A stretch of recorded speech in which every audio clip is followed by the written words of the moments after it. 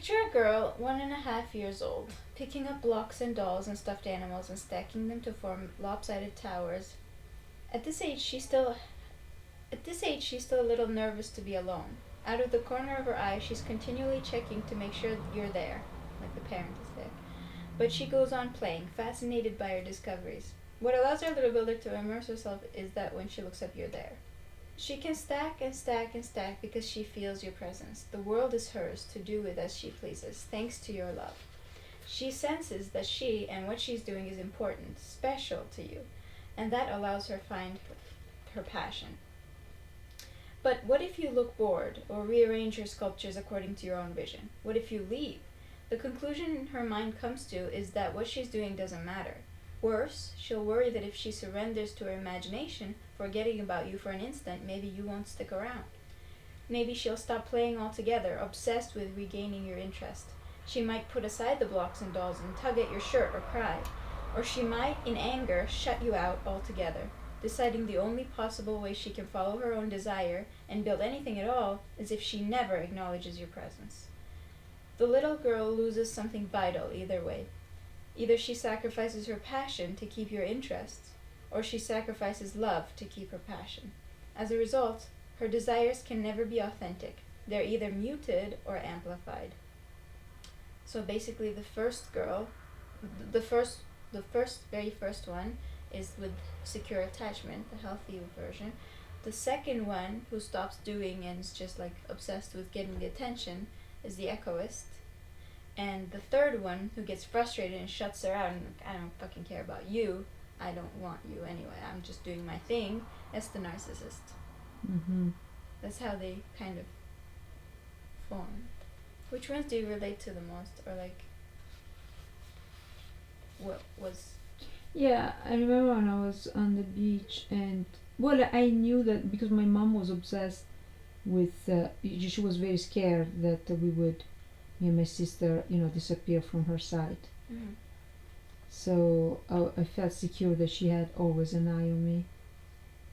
So, and I was doing my things without really concerning about danger or anything. But did you feel like she was engaged and connected with you, and you felt that love and attachment and made you feel like I'm special to her and that's why feels good to do these things? Actually, I never felt that. I never wanted, because the way I grew up, it was like she wouldn't. The only way my parents were relating to me was on the basis of protection.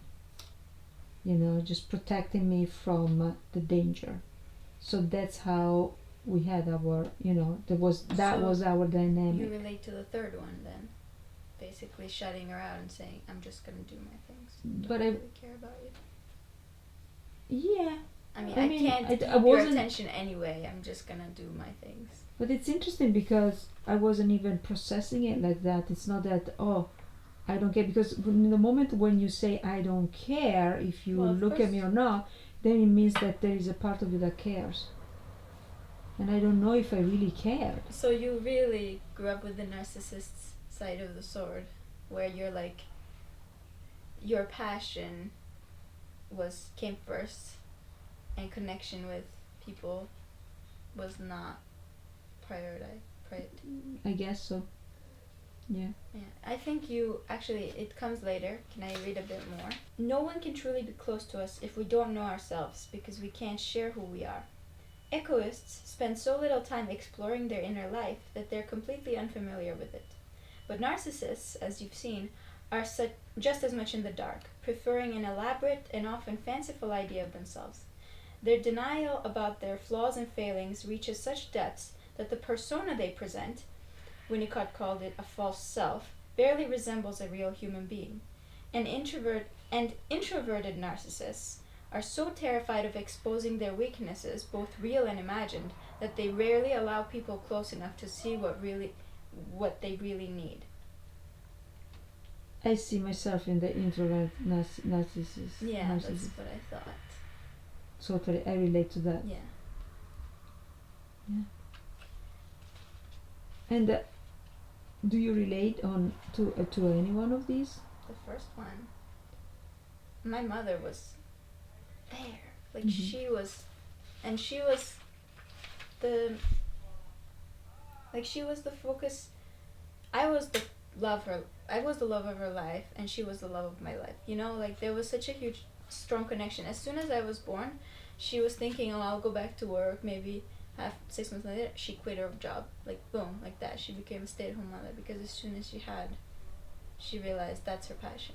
Like, Mhm. and she was playing, and she was attuned. She was like, I don't think there was ever a moment where like I look back and she's not there. Mhm. You know, that there was a secure So the attachment first, there. can you tell me the description of the first Okay, again? picture a girl around 1.5 year old picking up blocks and dolls and stuffed animals, stacking them to form lopsided towers. At this age, she's still a little nervous to be alone. Out of the corner of her eye, she's continually checking to make sure you're there. But she goes on playing, fascinated by her discoveries. What allows our little builder to so immerse herself is that when she looks up, you're there.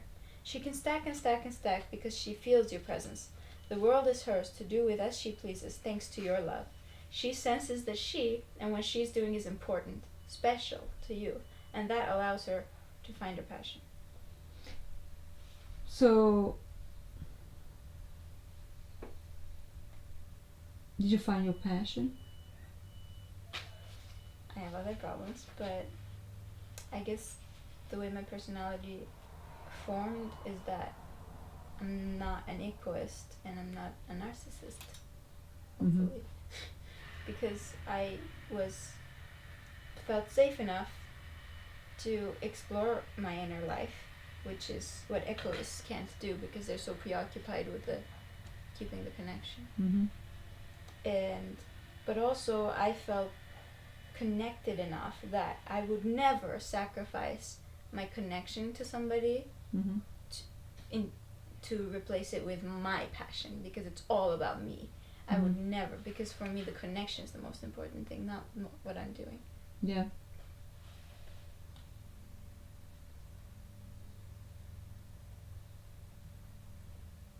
Because I know that's what gives me the pleasure. In the end, it's not what I'm doing that giving me the pleasure. In the end, it's the fact that I'm doing this while I'm sharing this with somebody, or like somebody is actually, giving a shit that I'm doing. Because, it's not about what I'm doing. Yeah. It's the connection that's there. It's the love there. Yeah.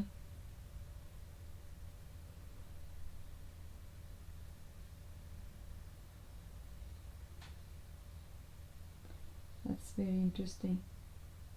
But I think you're also realizing that as well. Yeah, this is what I was thinking about it right now, because for most of my life I thought that what kept me going was actually my projects. So it was my inner world, and without any regard for people around me, so relationship on any level. Mm-hmm. So And that fits the bill of Exactly. the introverted narcissist. Absolutely. Exactly. But now, in my more mature age, I would say that I realize that how important it is to be in a relationship and to connect with people. I mean, connection is the most valuable thing. So, being honest on this, range where in the middle we have the healthy narcissist, so I'm tendentially going towards, recovery. I would say I would call myself a recovering introvert narcissist, but would you say that you are tendentially more towards the echoist? I don't know, maybe because I was still young when I met you, so I was still, vulnerable to being influenced. But, like, I feel that with my mother, when I was little, I had the first girls thing where it's like, I'm passionate about my playing, but because I know she's there. I know she's gonna be there, she's actually playing with me, she's interacting with me, it's certain, it's secure that she's there, and she enjoys being there. With you, I feel like I was the second girl, where it's literally like, if I just turn my head towards something else, you're gonna disappear. Like I have to always keep this grip, otherwise you just slip away because you're already in your own bubble. And I felt that really strong anxiety with you, where it's like everything just nothing, because for me relationships do matter more than my passion, right? But when I got together with you, it almost made my passion like, just forget about passion. You don't have the luxury of having a passion if the person you want to connect with is so inaccessible. So definitely I slipped towards the echoist side, where it's like my stuff doesn't matter, my passions don't matter. The only thing that matters is that I make sure this is a secure connection, is still there when I turn around. Yeah, but it's interesting because in the end, both of us in the end are looking for securing the relationship, like that connection. Okay. Me in a recovering way and you in an anxious way, just because of the nature, like you are allowing me, because you are there, you're more present in that sense, so you're allowing me to recover, whereas I'm giving you anxiety.